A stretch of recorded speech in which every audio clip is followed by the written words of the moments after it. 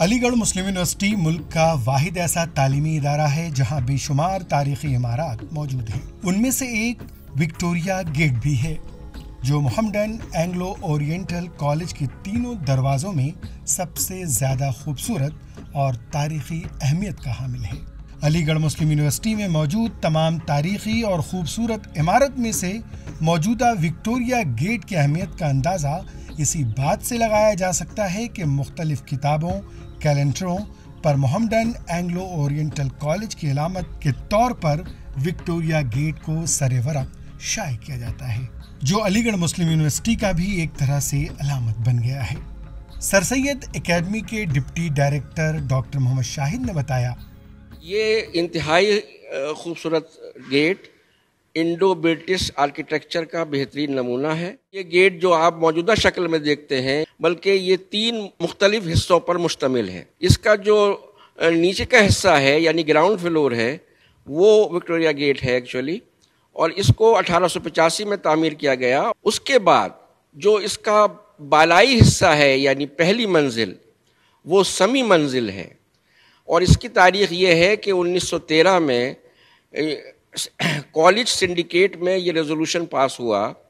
کہ Victoria get کے اوپر بالائی منزل کے طور پر مولوی سمیع اللہ خان صاحب جو سر سید کے ایک رفیق تھے، سنڈیکیٹ میں یہ طے پایا جون 1913 میں کہ ان کی یاد میں ایک یادگار بنائی جائے اور جس کو سمیع منزل کے نام سے یاد کیا جائے۔ اس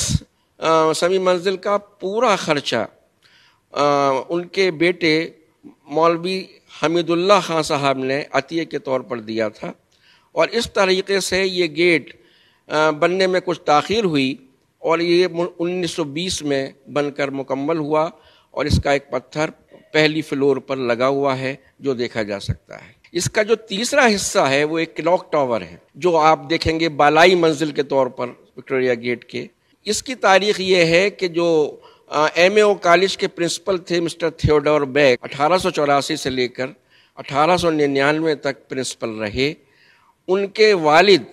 1892 میں محمڈن اینگلو اورینٹل کالج تشریف لائے تھے، اور انہوں نے واپسی پر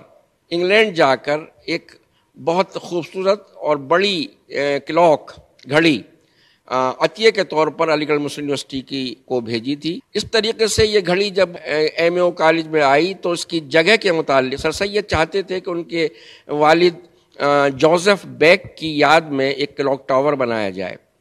لیکن اس کی جگہ بہت دنوں تک طے نہیں ہو پائی، اور بالآخر یہ 1920 کے اراؤنڈ یہ کالج سنڈیکیٹ میں پاس ہوا کہ یہ جو کلاک ٹاور ہے یہ سمی منزل کے اوپر وکٹوریا گیٹ میں سمی منزل کے اوپر بالائی منزل کے طور پر تعمیر کیا جائے، اور اس طریقے سے 1920 میں طے ہونے کے بعد 1922 تک یہ بالائی منزل بن کر تیار ہوئی جو کلاک ٹاور کی شکل میں آج اور ہم دیکھتے ہیں۔ لیکن آپ یہ دیکھیے کہ نیچے سے اوپر تک آپ اس عمارت کو دیکھیں تو یہ اتنی خوبصورت اور جاذب اور اتنی بیلنس اور سیمیٹریکل ہے کہ کوئی یہ دیکھ کر اس کو نہیں سوچ سکتا ہے کہ یہ 3 الگ الگ ٹائم پر اور الگ الگ طریقے سے بنی ہوگی، بلکہ ایک سنگل یونٹ کے طور پر یہ نظر آتی ہے۔ سر سید احمد خان چاہتے تھے جوزف بیک کی یاد میں کلاک ٹاور کالج میں کسی مناسب جگہ پر بنایا جائے، لیکن کلاک ٹاور کی جگہ کا فیصلہ 30 سال تک نہ ہو سکا، اور کلاک ٹاور کی تعمیر تاخیر سے جاری رہی۔ بالآخر 30 مئی سن 1920 کو کالج کی سنڈیکیٹ میٹنگ میں یہ فیصلہ کیا گیا کہ کلاک ٹاور کو وکٹوریا گیٹ کے اوپری منظر پر تعمیر کیا جائے گا۔ اسی طرح کلاک ٹاور کی تعمیر اکتوبر 1922 تک مکمل ہوئی۔